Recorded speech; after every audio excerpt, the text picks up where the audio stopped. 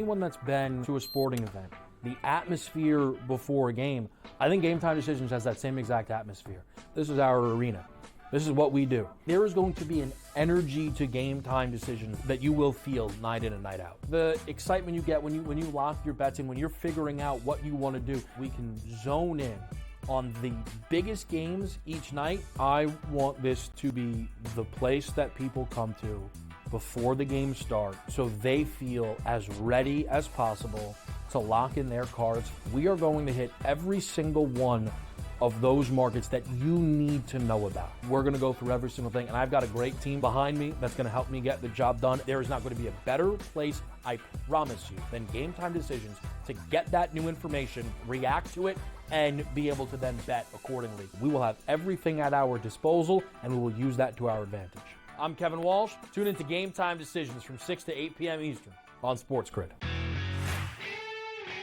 I do think they come back, and I think they win this game, but they've got to do it decisively. I think they've got to get that confidence back because they went out there, and like I said earlier, Kentucky almost beat Georgia. Kentucky almost did beat Ole Miss, and I think what you're going to see in this conference, if you don't play well and you're a top 10 team in the SEC, you're going to get knocked out by one of those top 25 teams in the SEC if you're not ready to play.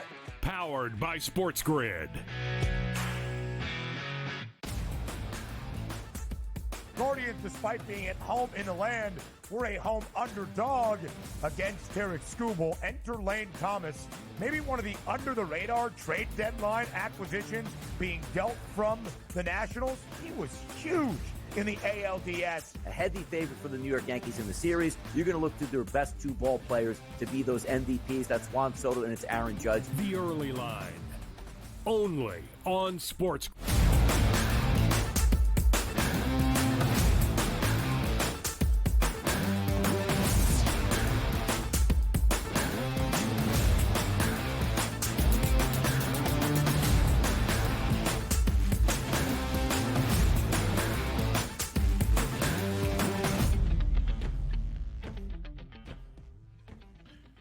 Welcome to hour number 3, live right here on the Early Line on SportsGrid on this Tuesday. He is Germanary. I am Ben Stevens. One more hour to go. We'll take an early look at some of the marquee matchups on a huge Saturday slate once again in college football. It is week 8. We are now past the midway point of the regular season in CFB, and the third Saturday in October is about to deliver in what might have been the best college football season already. It should continue in this month of October. Of course, we'll talk some NFL. We'll get you set for a huge Tuesday in MLB. It is game number 2 tonight in the Bronx between the Yankees and the Guardians. It's a little chilly. Fall-like temperatures here in the greater New York City area. We will preview the Aces affair. Cole, Bybee, Yankees, Guardians. Will it be a 2-0 series lead to Cleveland in favor of the Yanks? Will the Guardians be able to register their first win of the LCS to tie the championship set at a game? All previews coming your way in this third and final hour. Yeah, a lot going on, a lot to dissect, and certainly anytime you have postseason anything, Ben, it ratchets it up a little bit here, and we got a lot heading into week, 8 of the college football season? That's kind of crazy. Indeed. Indeed. Week 8 already here on the third Saturday of October. First third of the NFL season now in the books after the conclusion of week 6 on a monumental Monday at MetLife. The Jets fall short once again in what was a critical game. With a victory, everybody in the AFC East would have been an even 500 or worse, but the Jets and the Bills would have both been 3-3, and with the direct tiebreaker, New York would have been in first. Instead, they come up short against Buffalo. The Bills, the only team with a winning record. They sit atop the division once again, looking for their fifth consecutive AFC East crown. So how many teams, Joe, out of this division that when we entered the season, we expected to be one of, if not the most competitive around the 8 in the NFL, is even going to see the postseason? Was the question to all of you in Fade the Public.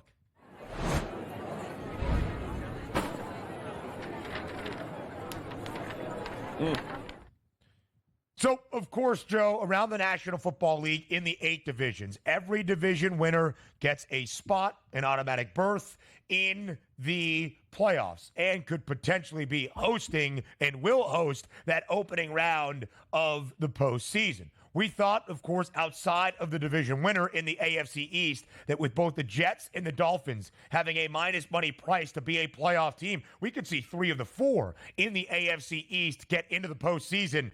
Now, will anybody outside of the eventual divisional winner see the playoffs? That was the question in Fade the Public. How many teams from the AFC East will make the playoffs? At SportsGrid on Twitter. And overwhelmingly, Joe, the public at nearly 79% saying just one, just that division champ is going to be the only playoff representative from the AFC East. Yeah, it's kind of hard to argue with that logic at this particular point, right? Well, you can automatically take the Patriots out of the picture, right? So they're done. I think we can all agree the Dolphins are in serious trouble with Tua being up in the air. So the question is, if the Bills win this, which obviously at that price we're considering they are, do we have any faith in the Jets to turn this season around? And we did say, Ben, they have a favorable schedule coming up, but they're going to need a lot of help here. And I think the public nailed it. I think one is the correct answer at this point. No way would I run to the window and bank on a second team from the AFC East represented. I just absolutely can't do it. Help is a key word, Joe Ranieri, because within the last minute, huge breaking news in the National Football League from NFL Network's Ian Rappaport. The Raiders are completing a trade of star wide receiver Davante Adams to the Jets. God. Back with his old pal Aaron Rodgers as Las Vegas moves on. What the trade compensation is, that remains to be seen at this point. But the reunion of Aaron Rodgers and Davante Adams seems to be taking place for the New York Jets. Wow. What a move. 2-4, sub 500. Joe, this Jets team cannot avoid headlines. If there is drama, if there is notoriety, if there is attention, it really circulates on one place.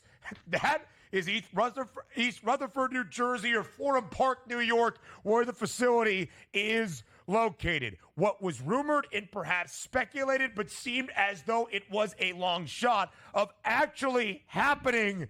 Joe Douglas and the Jets get it done, bringing back Davante Adams with his former quarterback in Green Bay, now both playing in New York. The Jets are trading with the Raiders for Davante Adams. This news breaking in the last minute and a half. For a conditional third-round pick, that's basically what the Raiders got in return, a conditional third-round pick. They didn't have to give up Mike Williams. They didn't have to give up anything else, it looks like. A conditional third-round pick for Davante Adams, which makes sense why we're now also hearing in the last hour that the Jets have given Hassan Reddick's people now permission to seek a trade. Right. Why? Because you got to inherit Davante Adams' contract now, and when he reports, all of that money that they're going to work on is also going to be towards the cap here. So all of it is starting to come together, but again, does Davante Adams move the needle on our public question today? The answer is absolutely not. It doesn't. But the fact that they only had to give up a conditional third, that's impressive. Yeah, that's crazy. Yeah, that's crazy. To only get a conditional third-round pick back in Las Vegas. Yep. What are we doing over there, Tom Telesco? Wow. What are we doing over there with this Raiders franchise?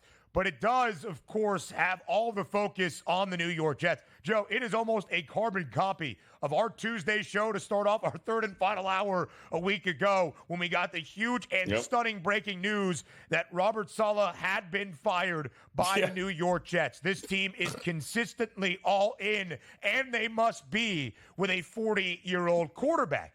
But again, I'm not entirely sure the offensive skill players are the issue for this New York Jets team. Sure, it looks like a juggernaut right now to pair Davante Adams alongside Garrett Wilson, with Allen Lazard now becoming your third wide receiver and the reemergence of Breece Hall, as we saw a night ago against the Buffalo Bills. But Joe, you just said it right there. Would it change the public's perception? Probably. Will it make a difference in the long term? And by the long term, I mean this season. Again, the New York Jets are a 2-4 football team, now favored to miss the postseason, despite being a minus money favorite to see the playoffs before the year, trying to snap a 13-year playoff drought for this Jets franchise. Does the addition of Davante Adams change that outlook at all? I don't see how, unless, of course, Davante Adams is going to help them get less than 11 penalties a game. He's going to stop the offensive linemen from holding and them shooting themselves in the foot. Maybe Davante Adams is going to kick. Maybe he's the answer. He can catch touchdowns and kick. I don't get it. I don't think the offense of weapons were an issue. But again, Aaron Rodgers wanted Davante Adams. Davante wanted Aaron Rodgers. All right. Careful what you wish for, Ben. I quote, resent any accusation, end quote, that he was involved in the firing of Robert Saleh. Aaron Rodgers saying on the Pat McAfee show, formerly of the SportsGrid network, last Wednesday that he is not nearly as involved in any of these front office decisions as the public might think. Aaron, lying is fun. You are becoming a comic at this point. Aaron Rodgers runs the New York Jets. That's the nature of the game. Will it matter? We'll talk later. MLB playoff action next.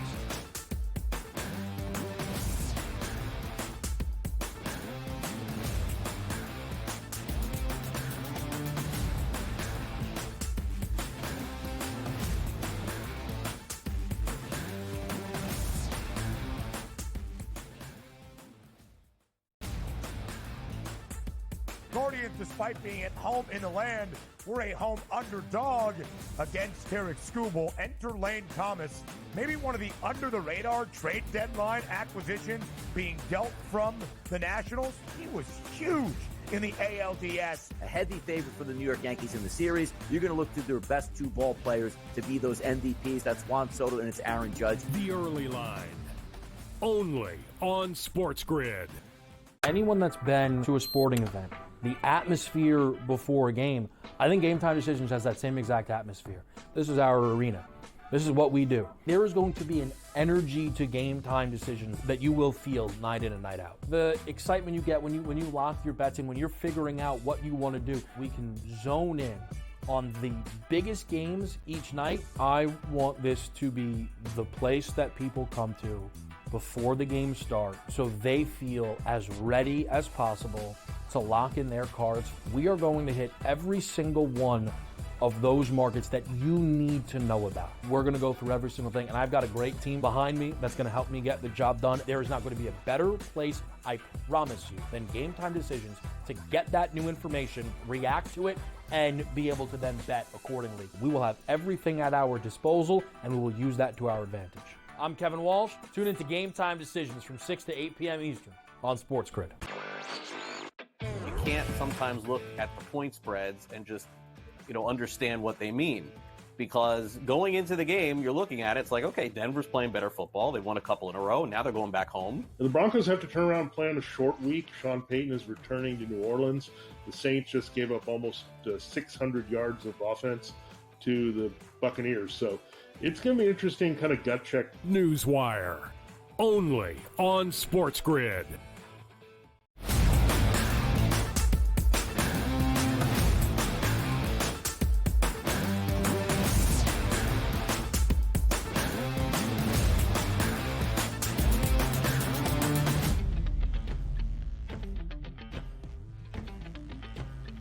Live right here on the Early Line, we continue our reaction to the big breaking news around the NFL. Davante Adams is being traded from Las Vegas to reunite with his former quarterback in Green Bay, but now with the Jets.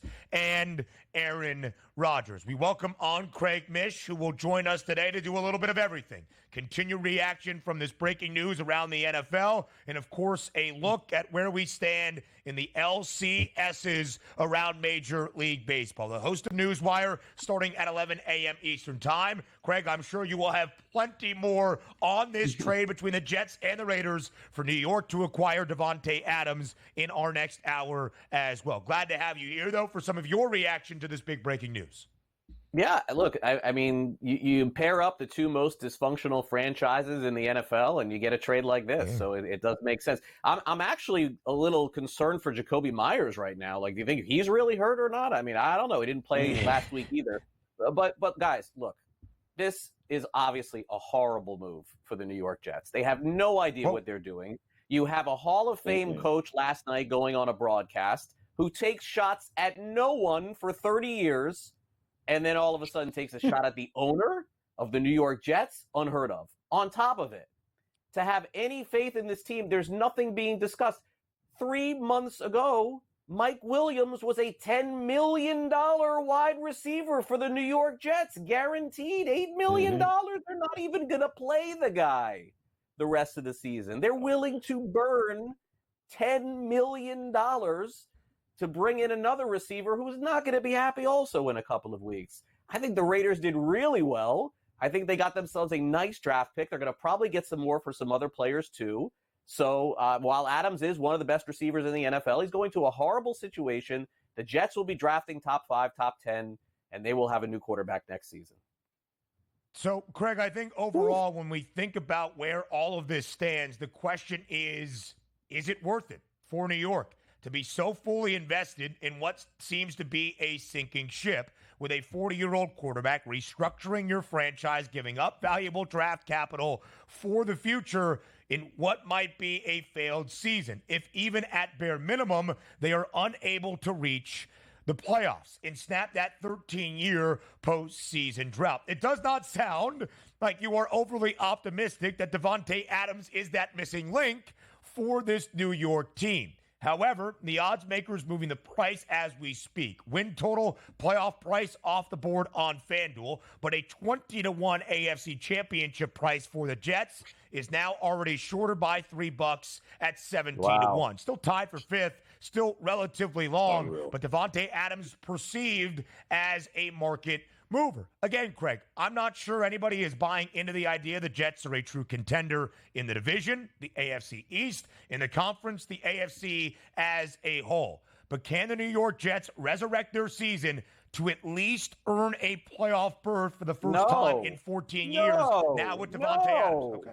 No, this is a ridiculous question. With all due respect, Ben, we see this time and time again in the NFL. Desperate teams make desperate moves. They trade away the most valuable assets in sports. Baseball, football, basketball, hockey. You do not trade draft picks because that is unfortunately cost-controlled labor for years and years. Just ask Jamar Chase, who should be making so much more money for the Cincinnati Bengals, but he has got to go through it. At the time that Russell Wilson was traded to Denver, it was the best trade by the Seattle Seahawks ever in the NFL. When the Browns got Deshaun Watson, it was the same. Don't acquire players in the middle to the end of their careers and give up draft picks. It never works out. It's not going to work out here.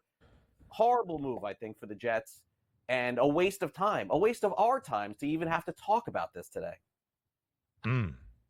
I agree 100%, Greg. Expecting the Jets to do anything different other than be the Jets, I think is just a crazy proposition here. So can we talk baseball, please? Because I want to throw up green right now and the New York Jets. I'm so sick and tired of them. But let's talk some baseball here, because we got a couple of pretty big series going on right now. We got Game 2 coming up here tonight. I can't wait to hear this pitching matchup and who you like in it. Yeah, look, I think at this point, you have to look at the Yankees as the big favorite here, but I think you would look at the same way with the Dodgers. The only difference is going into this game is clearly Garrett Cole's a 5, 6, 7-inning pitcher, as opposed to Ryan Brazier, who got crushed early on in the game. I still think Cleveland's got a great shot to win the series, regardless if they win tonight or not. Obviously, getting plus 150 to me would be the way to go. because I do think in any game, the biggest advantage of any team in the postseason is Cleveland's after the 6th and 7th inning because of Emmanuel Clase. He is the best relief pitcher in baseball. He is the only shutdown relief pitcher that you can guarantee to get 3 or 4 outs at the end of the game. I still think Cleveland is very alive as a dog in this series, and I wouldn't rule out them winning tonight, nor would I rule out them winning this series in 6 or 7. Do not give up on the Guardians just yet. So, Craig, you think this one potentially could go the distance? A huge game 2 tonight in the Bronx. Cleveland does not want to head back home to the land trailing 0-2. It will not be the case for the Mets when they return to Citi Field as they even up the set in the NLCS yesterday. Day baseball against the Dodgers in L.A. 7-3 the victory for New York. We're tied at a game all in the NLCS in the final minute of this segment. How long does this series go between the Amazons and the Dodgers? This should be a great series. Tough for me to predict this one. Again, I'm leaning Cleveland in the other one because I do think, again, it'll come down to a one-run game in Game 7. The Dodgers, I would anticipate, Ben, winning the Yamamoto game, which will be coming up. I don't know if they can win tonight. I think the Mets do have the advantage. But 1 out of every 2 games, it feels like the Dodgers have a good pitcher. And then the other game, they're in big trouble. I mean, to have 30 scoreless innings, shutout innings for their pitchers, unheard of. Don't even know how they ended up pulling that off with all the relief pitching they have. So it's kind of like 1 good game for the Dodgers, 1 bad game for the Dodgers. So what does that tell you? This is probably going 6 or 7 games. Too close to call for me. But as we get closer, I'll definitely have a stronger opinion. I like Cleveland a little bit more in the other series. I like that, Craig. I like that conviction. One thing you do not like, the Jets' chances of making the postseason, as we found very clear there. I'm sure the conversation will continue on Newswire. We'll talk more about it next here on the Early Line.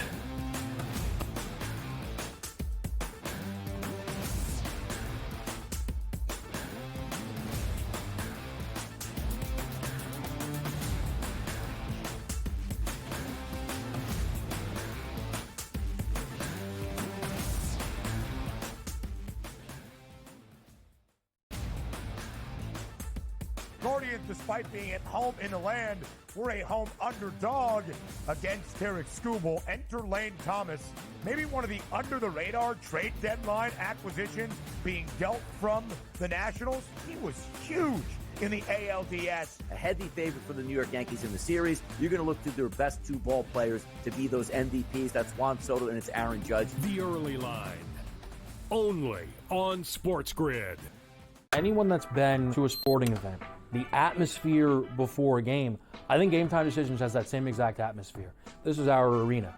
This is what we do. There is going to be an energy to Game Time Decisions that you will feel night in and night out. The excitement you get when you lock your bets in, when you're figuring out what you want to do, we can zone in on the biggest games each night. I want this to be the place that people come to before the games start so they feel as ready as possible to lock in their cards. We are going to hit every single one of those markets that you need to know about. We're going to go through every single thing, and I've got a great team behind me that's going to help me get the job done. There is not going to be a better place, I promise you, than Game Time Decisions to get that new information, react to it, and be able to then bet accordingly. We will have everything at our disposal, and we will use that to our advantage. I'm Kevin Walsh. Tune into Game Time Decisions from 6 to 8 p.m. Eastern on SportsGrid. You can't sometimes look at the point spreads and just, understand what they mean. Because going into the game, you're looking at it, it's like, okay, Denver's playing better football. They won a couple in a row. Now they're going back home. The Broncos have to turn around and play on a short week. Sean Payton is returning to New Orleans. The Saints just gave up almost 600 yards of offense to the Buccaneers. So it's going to be interesting kind of gut check. Newswire, only on SportsGrid.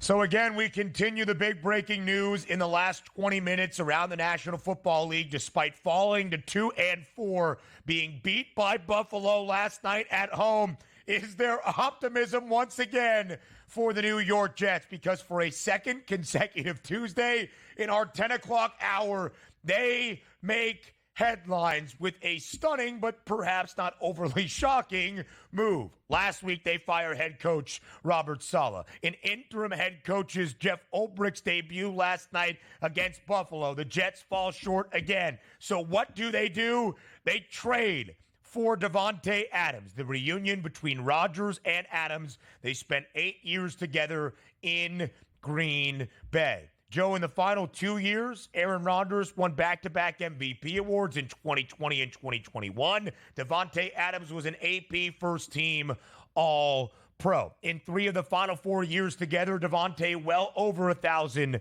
receiving yards, multiple receiving touchdowns or double-digit receiving touchdowns in 3 of those 4 seasons. There is a track record between these two. For you, though, we heard from Craig Mish, and obviously it does not. For you, does it move the needle? Does it change your outlook on the Jets even reaching the postseason in 2024? I mean, listen, is the offense more potent now? Of course, provided that, let's not forget, he's missed the last 3 games for the Raiders because of a hamstring injury. I would hope the Jets had some sort, hamstring injury. But if he comes out, I would hope that he can play and this is all healed if, in fact, that's what it was. This is a unbelievable. Now, if this was the beginning of the year and you gave me Garrett Wilson, Davante Adams, Mike Williams, Alan Lazard, Randall, like you gave me this wide receiving crew, I'd be like, my goodness, this is a unbelievable potential offense here. But we've already seen 6 weeks of this garbage, and it all comes down to the fact that we still can't protect Aaron Rodgers, and I don't know how Davante Adams makes that any better in any way, shape, or form. I don't know how it gets better here, Ben. Congratulations, another weapon that you can't get the ball to because you're under duress. I guess that's the overall assessment, right? And we can talk big picture in just a moment for what this Jets franchise is doing. And the question I have asked for the last 20 months with all of the investment in Aaron Rodgers, who never listened to the guy trying to tell the truth ever, but especially when he says he is not the shot caller or the decision maker or the pants wearer in this organization. He is. He moves the needle for this franchise. He wants Davante Adams, so they get Davante Adams. But, Joe, I still do not think this is a playoff team as currently constructed. I do not believe the offensive talent, especially at the skill positions, is the reason the New York Jets are 2 games below 500 and have lost 3 in a row and have fallen short. It is an undisciplined losing team that continues to lose football games. It is a 40-year-old quarterback that can throw for nearly 300 and play pretty solid throughout a game, but when it matters most, does not have the magical moments that he did when Davante Adams last played with Rodgers in Green Bay. The Jets got the football back under 4 minutes remaining and just had to go 70 yards, or at least 50 yards to get Greg Zuerlein into a potential game-tying field goal. They do not. Sack, multiple penalties, and a game-clinching interception from the right arm of Aaron Rodgers. Again, intended for Mike Williams. Again, for a second consecutive week where Aaron Rodgers does what he does best, which is throw his teammates under the bus. And maybe the familiarity with Davante Adams would not have led to the miscommunication that Aaron Rodgers blamed on that game-sealing INT, but it has not worked yet. I'll just say this, Joe, before I throw it back to you. The Jets, after losing last night before the acquisition of Davante Adams, so about 2 hours ago, were plus 164 to make the postseason. The price is better on the FanDuel Sportsbook, but it's still plus 140. New York is still favored to miss the playoffs and make it a 14-year postseason drought in the National Football League. I don't see it happening. I am going to be very interested in what happens, though, with Hassan Reddick. I think, can the Jets pull it off? 3 stories in a week, Ben? Can they actually pull it off and get him to report? Got to get some draft capital back if he is not going to report earlier on this Tuesday, as this is just the drama franchise. Reddick and his reps given permission to seek a trade. More reaction next.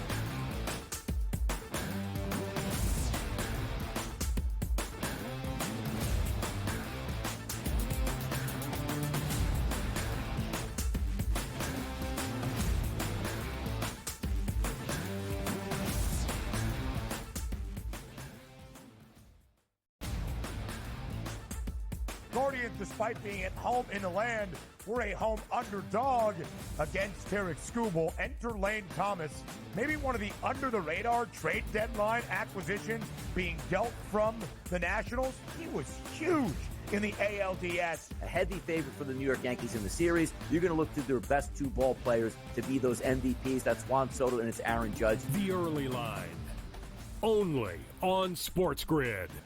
Anyone that's been to a sporting event, the atmosphere before a game, I think Game Time Decisions has that same exact atmosphere. This is our arena. This is what we do. There is going to be an energy to Game Time Decisions that you will feel night in and night out. The excitement you get when you lock your bets in, when you're figuring out what you want to do, we can zone in on the biggest games each night. I want this to be the place that people come to before the games start so they feel as ready as possible to lock in their cards. We are going to hit every single one of those markets that you need to know about. We're going to go through every single thing, and I've got a great team behind me that's going to help me get the job done. There is not going to be a better place, I promise you, than Game Time Decisions to get that new information, react to it, and be able to then bet accordingly. We will have everything at our disposal, and we will use that to our advantage. I'm Kevin Walsh. Tune into Game Time Decisions from 6 to 8 p.m. Eastern on SportsGrid. You can't sometimes look at the point spreads and just, understand what they mean. Because going into the game, you're looking at it, it's like, okay, Denver's playing better football. They won a couple in a row. Now they're going back home. The Broncos have to turn around and play on a short week. Sean Payton is returning to New Orleans. The Saints just gave up almost 600 yards of offense to the Buccaneers. So it's going to be interesting kind of gut check. Newswire, only on SportsGrid.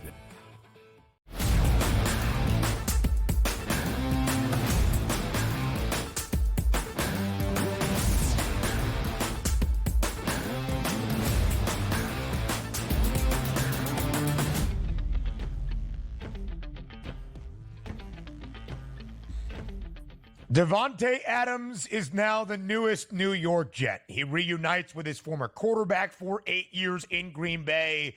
That is Aaron Rodgers. But does it make a difference? The Jets are 2-4 after the opening third of this NFL season. The Jets still have a plus money price at plus 140 to reach the AFC postseason. I agree with the odds makers. At bare minimum, a playoff berth this season is the standard of success. I'm not sure they see that. I'm not sure they snap a 13-year playoff drought. But that is bare minimum. But, Joe, when Aaron Rodgers was acquired back in March of 2023, or at least made his intention clear that he wanted to play for the New York Jets, the bare minimum was not playoff berth or bust. It was not getting the New York Jets back to the postseason for the first time in more than a decade. The talk around the New York Jets, Lombardi Trophy, AFC Championship. I don't think Davante Adams helps them do that. I'm not even sure Davante is the difference of a playoff trip or not. So at the end of the day, when 2024 comes to a close, the question that I will continue to ask for the New York Jets is this one. Was it worth it? And still, I'm not sure the answer is a resounding yes. Well, I'll say this here, Ben. I'll try to put a positive spin on this thing here for the Jets. If it does work, then yes, there is literally no reason with the weapons they have now and what a matchup nightmare defenses are going to have, because defenses have done a pretty good job of trying to shut down Garrett Wilson because they didn't trust anybody else to be able to beat them. Well, they're not going to have that opportunity here with Davante Adams. Garrett Wilson will not be the number one receiver on the field with Davante Adams there. It will always be Davante Adams. So it becomes a problem for defenses. If they live up to the potential, then yes, it could very well be a very dangerous team that can drop 30 on anybody. But that is a huge if. And I'll say this, 50-50 it works, Ben. Is that fair? Because the talent is certainly there. Yeah, so listen, that is right. That is the baseline of it. There is no doubt that Davante Adams makes the New York Jets better. He is not a detriment. He is not a negative to this team on the field. Could egos of star wide receivers like Offensive Rookie of the Year 2 years ago, Garrett Wilson, be a little bit bruised? Is Aaron Rodgers running this organization? Is all of that drama playing out behind closed doors? Perhaps. But from an actual offensive perspective, of course, Davante Adams makes the New York Jets better. But I don't think it was the skill position that needed an upgrade. An offensive lineman that's not 38 years old, perhaps somebody to help with the defensive front that has not been great against the run the last 2 years, certainly so.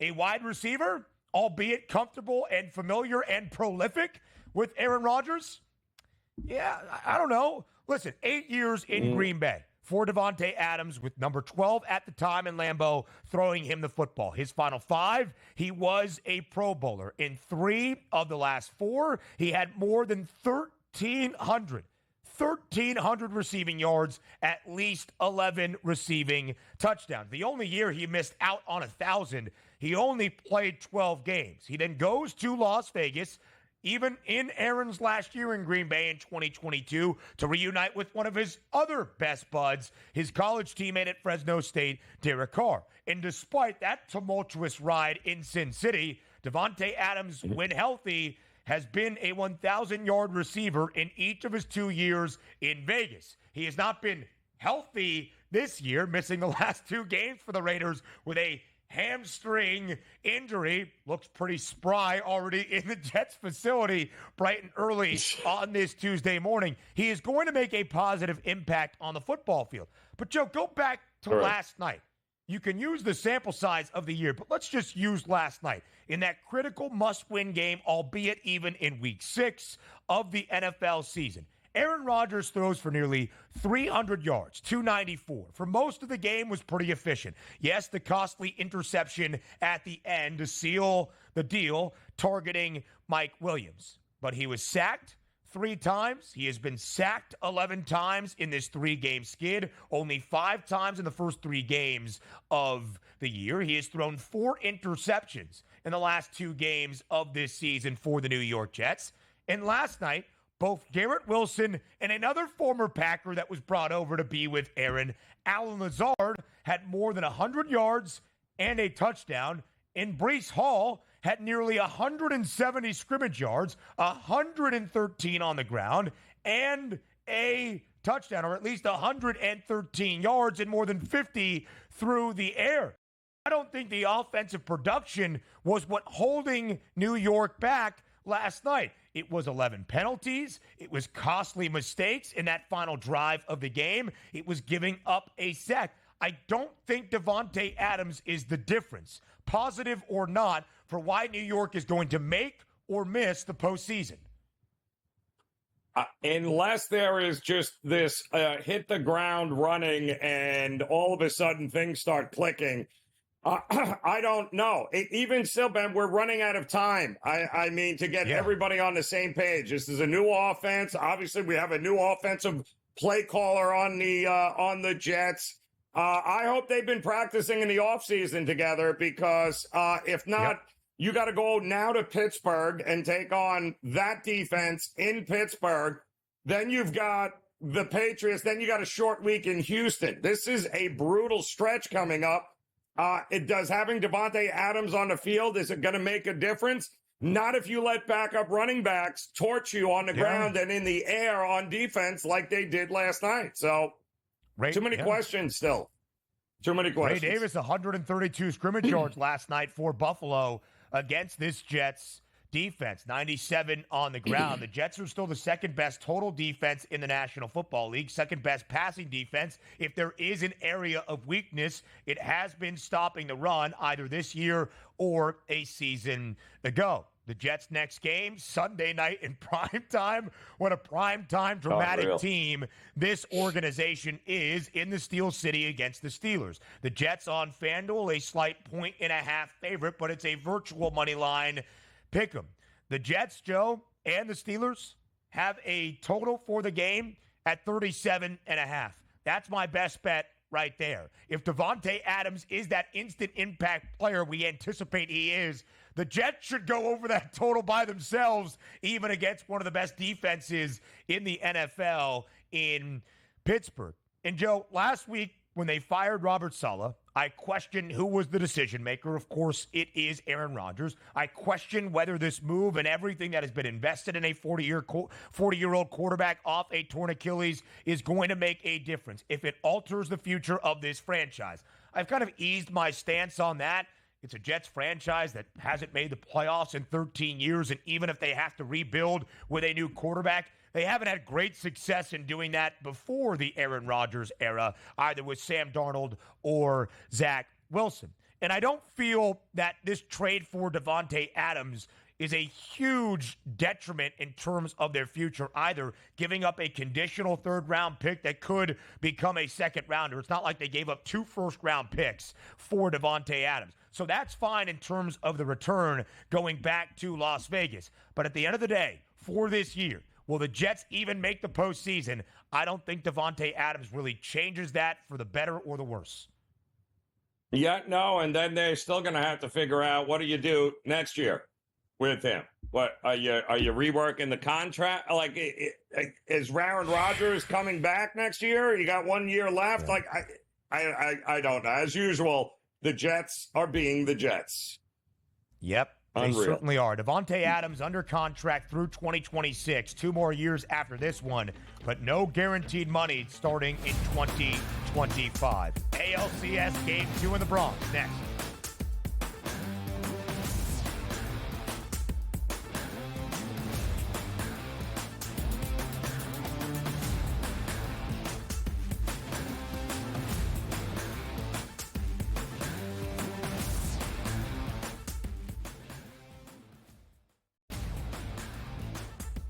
Guardians, despite being at home in the land, were a home underdog against Tarek Skubal. Enter Lane Thomas, maybe one of the under-the-radar trade deadline acquisitions being dealt from the Nationals. He was huge in the ALDS. A heavy favorite for the New York Yankees in the series. You're going to look to their best 2 ball players to be those MVPs. That's Juan Soto and it's Aaron Judge. The early line, only on SportsGrid.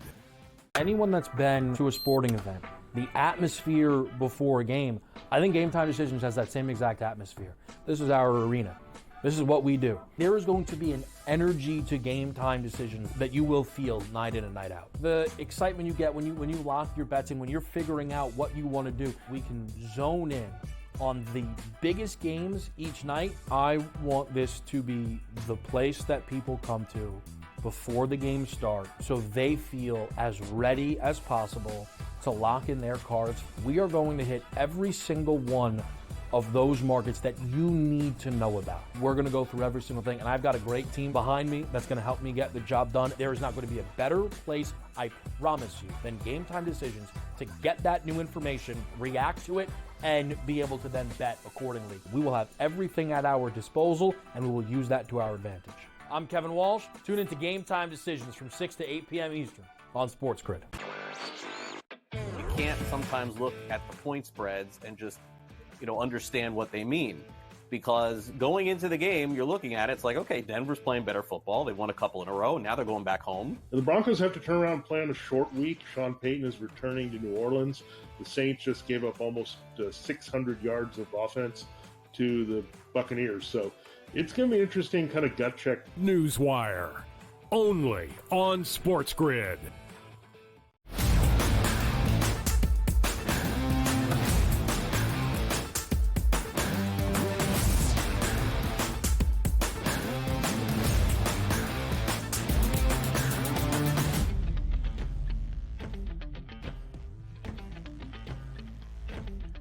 Continued reaction from the New York Jets and the Las Vegas Raiders making the blockbuster deal on this Tuesday morning. Davante Adams is headed to New York to reunite with Aaron Rodgers, joining the Jets. Here are the conditions, Joe, as we had learned, a conditional third-round pick going back to Las Vegas that becomes a second if any of the following things happen. This is from ESPN's Adam Schefter, according to his source. Adams must be a first or second team AP All-Pro.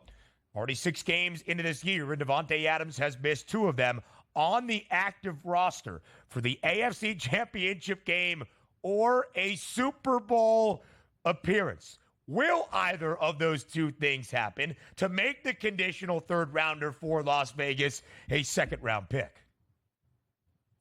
Yeah, so enjoy your third-round pick, Raiders. That's all good stuff there, because none of those things are going to come to fruition. And the fact that he's already in the building, we were just saying this here, Ben, it tells me that this was happening one way or the other. It was probably happening whether Saleh was fired or not fired. This was, I'm sure, just didn't all of a sudden drop out of the sky. I think this was going to happen one way or the other. Now that it has happened, a win next week, Ben, all of this naysaying will go away if the Jets beat Pittsburgh Sunday night in Pittsburgh and Davante Adams plays a role in that win. If they lose and Davante Adams plays no role one way or the other in that game, guess what? It's only going to get even worse from here for the New York Jets. So put up or shut up time. Congratulations. There's no more trades you can make. Well, Hassan Reddick maybe, but that's it. Now it's what's left here, Ben, for the Jets. What's left? Yeah. Except the guy about an hour ago, they gave permission and his representation to seek a trade. I mean, this New York Jets organization, man, the drama at all times. For us here on a sports talk show, you can't say at least it wasn't fun. It is certainly that. For a second consecutive week in prime time to end out either the week or the Sunday slate with every eyeball in the country on Aaron Rodgers and the Jets, it is a must-win game. New York is on the road in Pittsburgh to take on the Steelers, an ever so slight favorite right now in the Steel City. And again, Joe, 37.5 is that total. The Steelers have been a great defense this year, but they've actually played to the over now in 2 of their last 3 games. If this Jets offense is going to be the difference, if the addition of Davante Adams is going to change the outlook for the Jets, that total needs to be over, and the Jets might want to flirt with it like it's their team total of 37.5.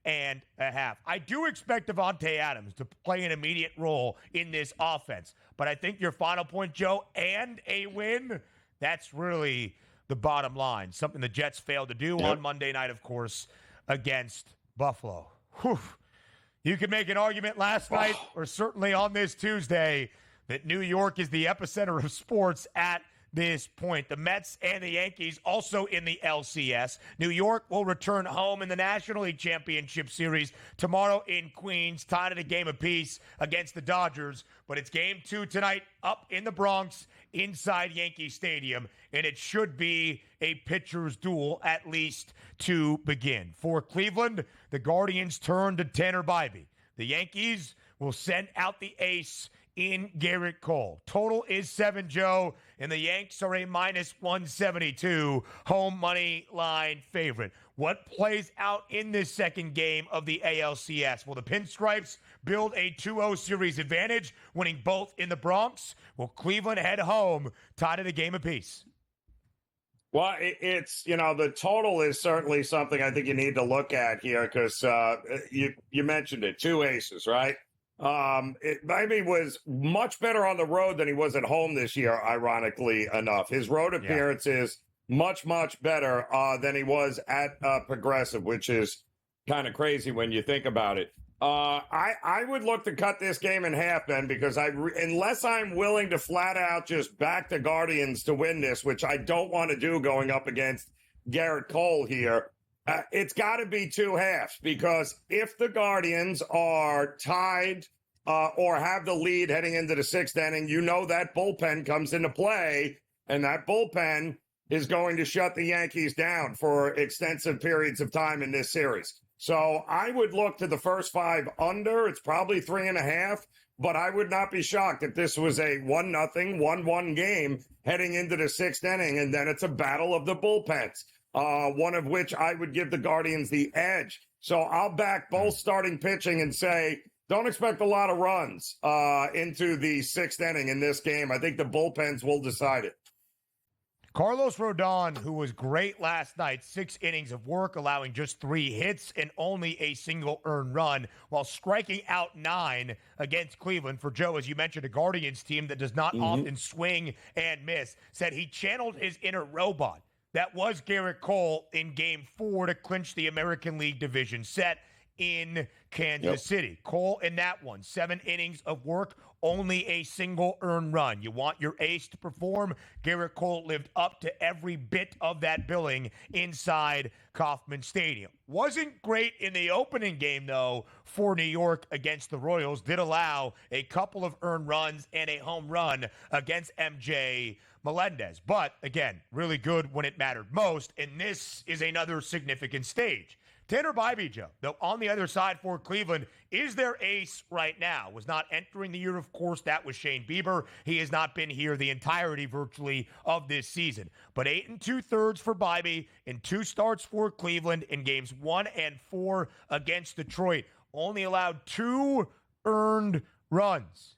And the Guardians won both of those games. A monumental spot if Cleveland is going to avoid an 0-2 hole heading back to the land for Game 3 later this week. Yeah, the wind is still going to be a factor in this game here, and I would expect the difficulties of the Guardians scoring runs and the Yankees. I think this is a dead under game here in both halves, man. Yep, so we'll look at this a little bit more with some best bets from the Bronx in just a moment. And then, hey, Tuesday night college football, CUSA and Sunbelt action up next, live right here on the early line on SportsGrid.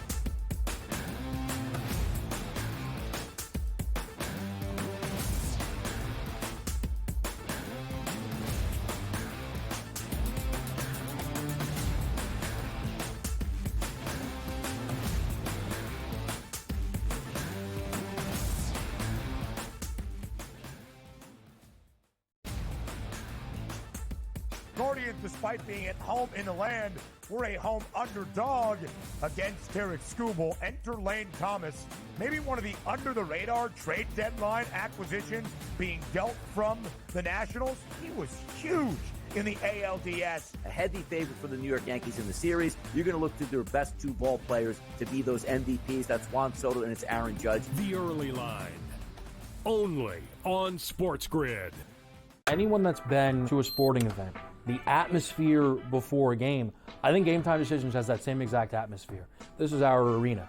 This is what we do. There is going to be an energy to Game Time Decisions that you will feel night in and night out. The excitement you get when you lock your bets in, when you're figuring out what you want to do, we can zone in on the biggest games each night. I want this to be the place that people come to before the games start so they feel as ready as possible to lock in their cards. We are going to hit every single one of those markets that you need to know about. We're going to go through every single thing, and I've got a great team behind me that's going to help me get the job done. There is not going to be a better place, I promise you, than Game Time Decisions to get that new information, react to it, and be able to then bet accordingly. We will have everything at our disposal, and we will use that to our advantage.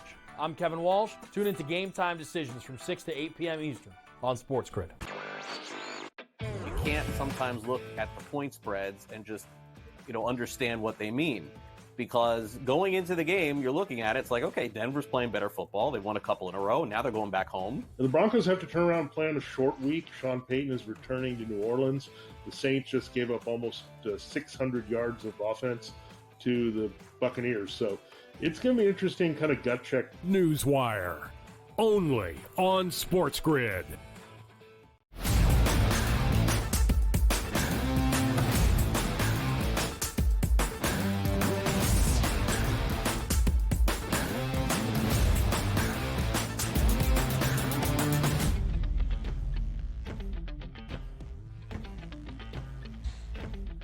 Game number 2 of the American League Championship Series tonight inside Yankee Stadium between those pinstripes from the Bronx and the Cleveland Guardians. New York, a hefty favorite to win game number 2 with Garrett Cole on the mound at -172. Total is 7. Joe, you alluded to it. I can say here in the greater New York City area right now, it's a cold early fall day. Temperatures around 55 degrees in the afternoon. We are going to have some winds as the sun sets tonight in the Bronx in prime time for game 2. Probably colder, windier in that matchup inside Yankee Stadium. And then you have 2 aces on the mound. And Tanner Bybee, who has been great so far for the Guardians in this postseason. You heard from Jack McMullen that Stephen Vogt probably wants him out there for 4 to 5 innings. Get this game to where it's zip, and you can trust the bullpen to hold on against Garrett Cole, who performed as an ace does in that series clincher against KC. You see the numbers this year. You see the K-props for tonight. The total is 7. Joe, you asked about that first 5 total on the FanDuel Sportsbook.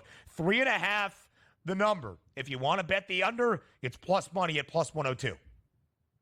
Yeah, I agree. I think that's the way to look at this game because the bullpen is going to get involved here for the Guardians. You need to get, I think, and we talked to Craig Mish earlier, can we get 5-6 innings out of them and get that bullpen worked in to limit the scoring? And I think, yes, I think we absolutely can. I feel this is going to be a classic ace versus ace battle. We're going to have a 1-0, 1-1, 2-0 kind of game heading into the latter half of it, in which the Guardians bullpen is going to be tasked with making sure they don't give up any more runs. I like the under in the first 5, and I'd be looking at the under in the full game as well, with an opportunity to jump in on Cleveland at some point at plus money during the game.